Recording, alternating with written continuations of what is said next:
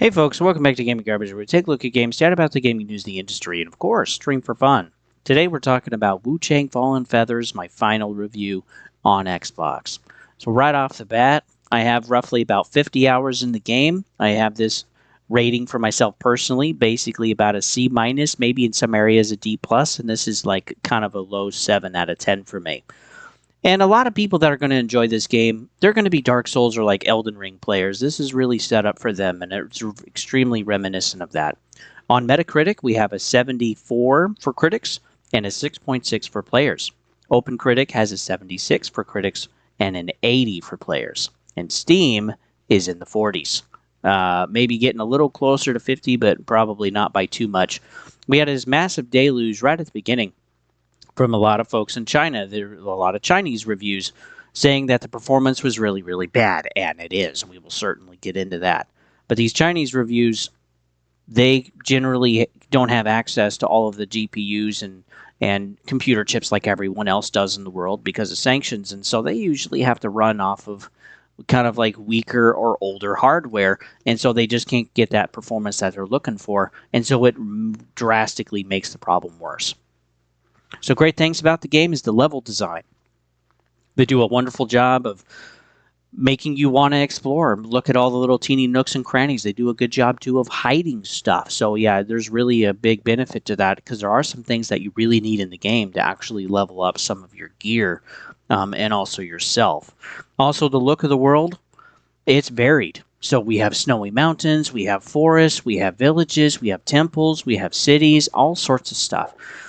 And they do a wonderful job with the look of everything and putting it all together. Nothing really looks and feels the same. Everything kind of feels different. There's also cave systems as well to explore and go through. And so, yeah, it's worth really poking around and finding everything that you can. Also, the clothing looks really good, not just on you, but of course on other characters as well. And also all of the weapons and all of the magic in the game. Something, too, that also is pretty good is that the music. It matches the scenes well, it matches the environments, it matches the bosses, and most of the time it's not like in your face, in your ear, being annoying. It blends in really, really well. Also, the game is bigger than we think. So thinking maybe, 10, 12 bosses because the game is worth $50 for launch price.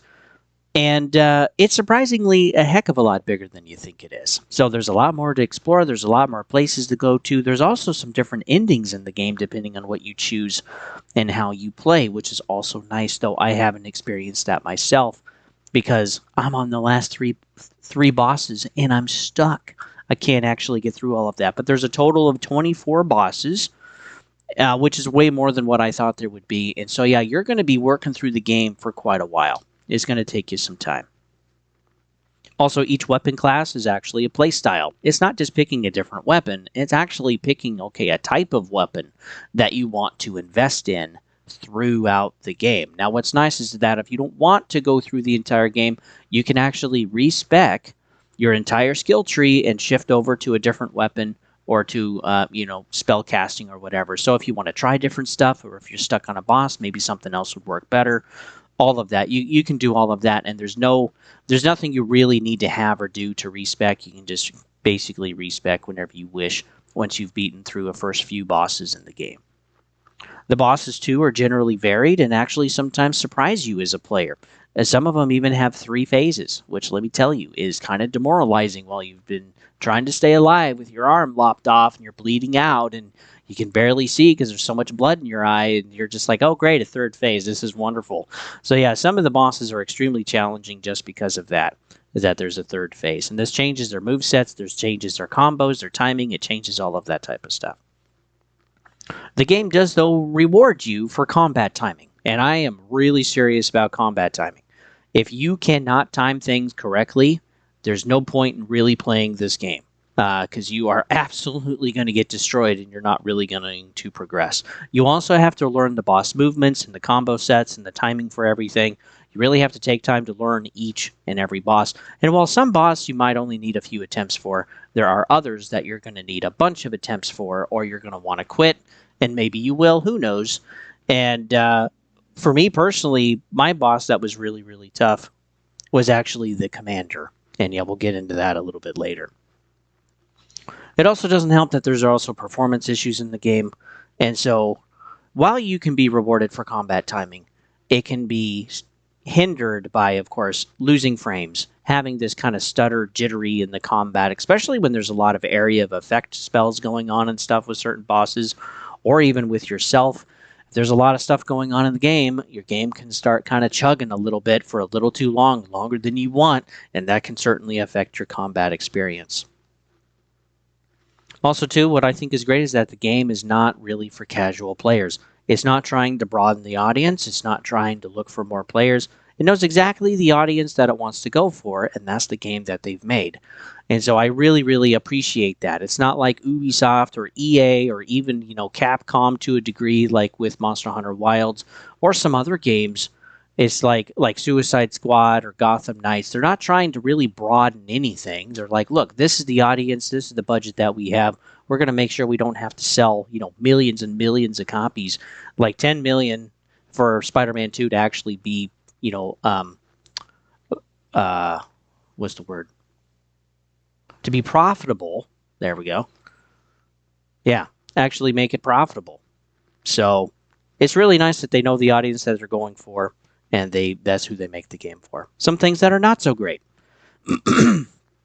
Definitely the performance, that's my number one. The stuttering and the frame drops and the chugging. Sometimes, too, it can be not just frustrating in combat, but even trying to necessarily see things, because with how they hide things in the world, you have a pretty narrow window of opportunity to actually see some things or notice some things. And so if you're dropping some of those frames, you're more focused on the frame drops or the performance issues of the game than actually seeing what you need to be seeing as a player, so that you can get some special items that'll help you with your skill tree. Also, something else that's really frustrating is not being able to cancel out of your own animations. So while you're drinking health or taking something, you can't actually stop that animation in any way. And so if you're going to be attacked, you're just going to take it. Take it full frontal, right in the chest. And there's nothing you can do about it. And so a lot of times that does actually get you killed. And so because of that, sometimes you're like, well, I need to wait. So you're waiting for the boss to actually kind of have a break in between their combos. And, well, maybe that doesn't really happen. And so you run out of stamina, or you're on low health, and so you get tapped and you're done. And so there's a lot of times where I've actually died because of the lack of cancel animation in the game. It's actually quite frustrating. So yeah, you're either stuck healing, or you didn't heal when you should have, or you missed your one opportunity with some of these bosses, and then you just get screwed over. Also, mid-game, some people aren't going to like this. Kind of turns more into a boss runner than actually more like a Dark Souls or like an Elden Ring type of game, where there's a whole environment, you got to work through it right, and then you get a boss at the end. Sometimes it's more like, oh, there's 3 bosses in 10 minutes of exploration, or maybe there's like a dozen enemies to go through, or maybe 20 enemies to go through in the game, and then you run into another boss. And so there's a lot of tighter repetitiveness to just boss fights. And boy, you do get pretty tired, at least mentally and emotionally, of just, oh man, go another boss. And so while some of these bosses are easier to defeat, which is nice, even toward kind of like the mid or even toward the end game, depending on your playstyle and stuff, it can still be kind of grueling of just like, oh my word, another boss fight. So it would be nice. I don't know if that was necessarily on purpose, but it would be nice if they could actually tweak that or fix that in their next game that they make. Because toward the beginning, okay, it's great. The first half is wonderful. There's a lot to explore. Every single, the bosses are really spaced out really well. But yeah, when you get toward the middle and toward the end, it's just boss after boss after boss. Also, too, the game is extremely linear. So if you're stuck on a boss, tough nuts. There's not much you can do about that. And so the commander, let's use this as an example, is boss number 9 out of 24. And this roughly took me about 70 tries with 5.5 hours of gameplay time. And right now, through the achievement list, only 13% have actually beaten this on Xbox after roughly 6 weeks of release. Yeah. Or, well, no, it'd be more like 5 weeks. But yeah, which is pretty insane. Because she's number 9. And there's 24.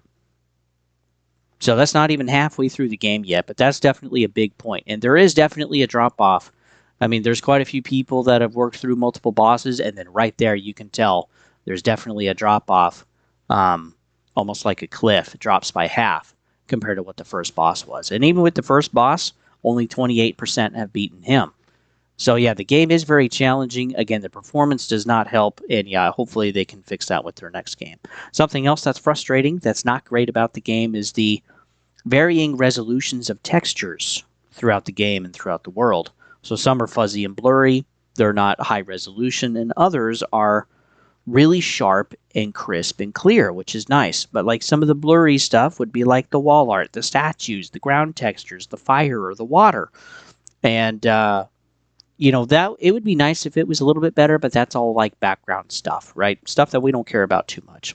The stuff that's crisp and sharp looking is the clothing, the character models, the weapons, the magic, some of the abilities, and the clashing of metal on metal, when you block and that kind of thing. So it is nice that, again, they focused on the foreground, but I wonder if because of the performance issues, they decided to go with some lower resolutions to try to save and help some of that performance issues in the game. I'm not sure. I'm never going to be able to talk to them, but I would be pretty curious about that.